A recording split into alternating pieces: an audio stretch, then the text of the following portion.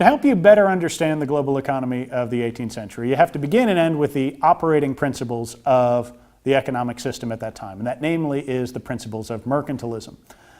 So I want to sketch out sort of the main ideas to help you understand that.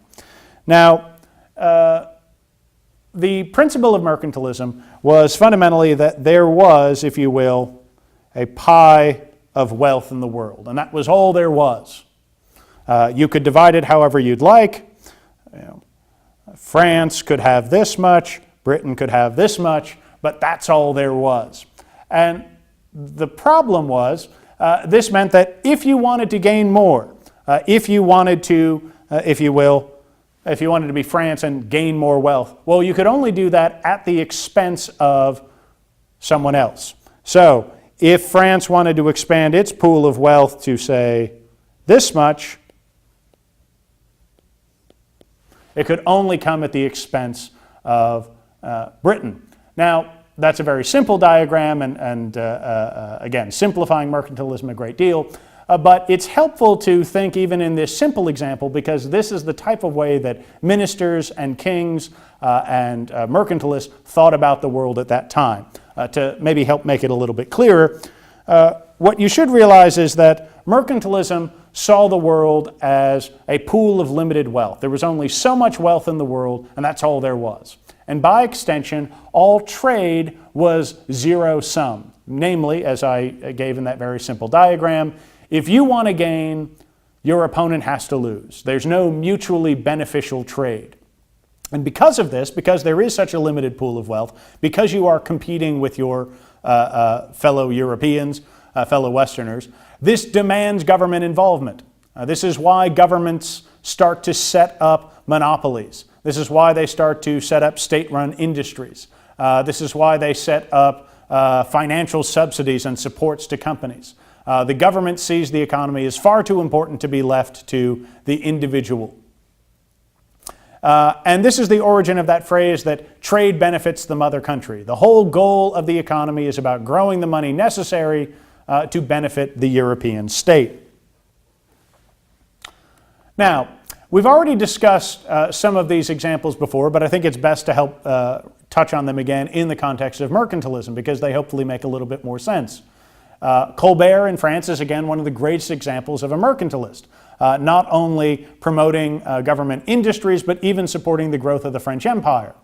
Now, while it's helpful to realize that Colbert was undertaking a great deal of effort, none of this was done in a vacuum. Colbert was undertaking mercantile efforts to grow the economy, but just as quickly as he was getting money, it was being siphoned off into Louis's wars. So much of Colbert's work was functionally undone by Louis spending the money just as fast as he could get it. The other examples, one you should recognize, the Dutch East India Company, we already talked about in lecture 1.3. But another example of that similar company that's given a great deal of government support is the British East India Company. This was a British example of mercantilism, designed to be, again, a state within a state, designed to be a powerful force.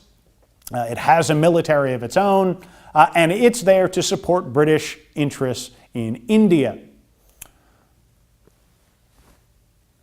Now, unsurprisingly, all of this focus on trade is zero-sum, the government has to be involved in everything else, leads to competition.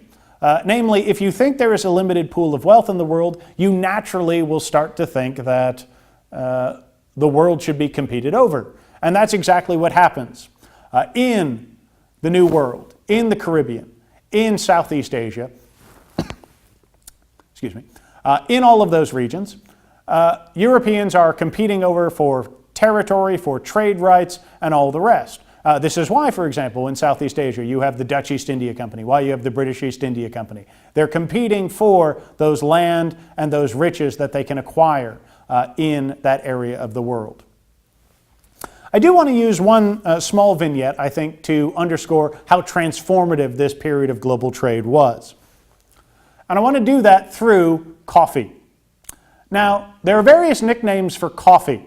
And the one I want to highlight is the nickname of Java, because the reason we call coffee Java is due to the same processes that we're talking about in this lecture. How so? Well, the island of Java, let me circle it here for your benefit. The island of Java is in the modern country of Indonesia, which was the Dutch East Indies. And on the island of Java, the Dutch East India Company started huge projects of plantation agriculture to grow coffee. One of these crops that they sought to mass produce and sell for a massive profit back in Europe. And so when we think of coffee and we associate it with Java, well, that's largely because Dutch ships came back to Europe with crate upon crate of the products that they produced in the island of Java to build their state, build their country, and make a profit. And so even this process of global trade trickles down to, well, the cup of Java you have every morning. Now, there was a problem. This pursuit of wealth by the Europeans meant that they were always competing and always looking for new ways to make money, new ways to make a profit. If the Dutch were willing to mass produce coffee in Java, well, plenty of Europeans were happy to transport people for a profit as well. One of the mainstays of the global economy at this period is, sadly and unfortunately, the slave trade. Millions of Africans were abducted and taken away from Africa to serve on the plantations of the Dutch East Indies, the plantations in the Caribbean, the plantations in the New World. In many ways, the wealth and the massive wealth that's used to build the states of Europe at this time is built upon the backs of slaves as part of the slave trade. In many ways, this is a good indication of a common theme as you begin to review and study Western civilization. Western civilization is as much the good as it is the bad. The good in terms of state building, democracy, constitutionalism, all the rest of that, but we shouldn't lose sight of the bad. In this case, that much of the wealth, much of the state production during this time period is largely built on slave labor and the production of cash crops by slaves. To truly understand Western civilization, therefore, it's helpful to take the good with the bad.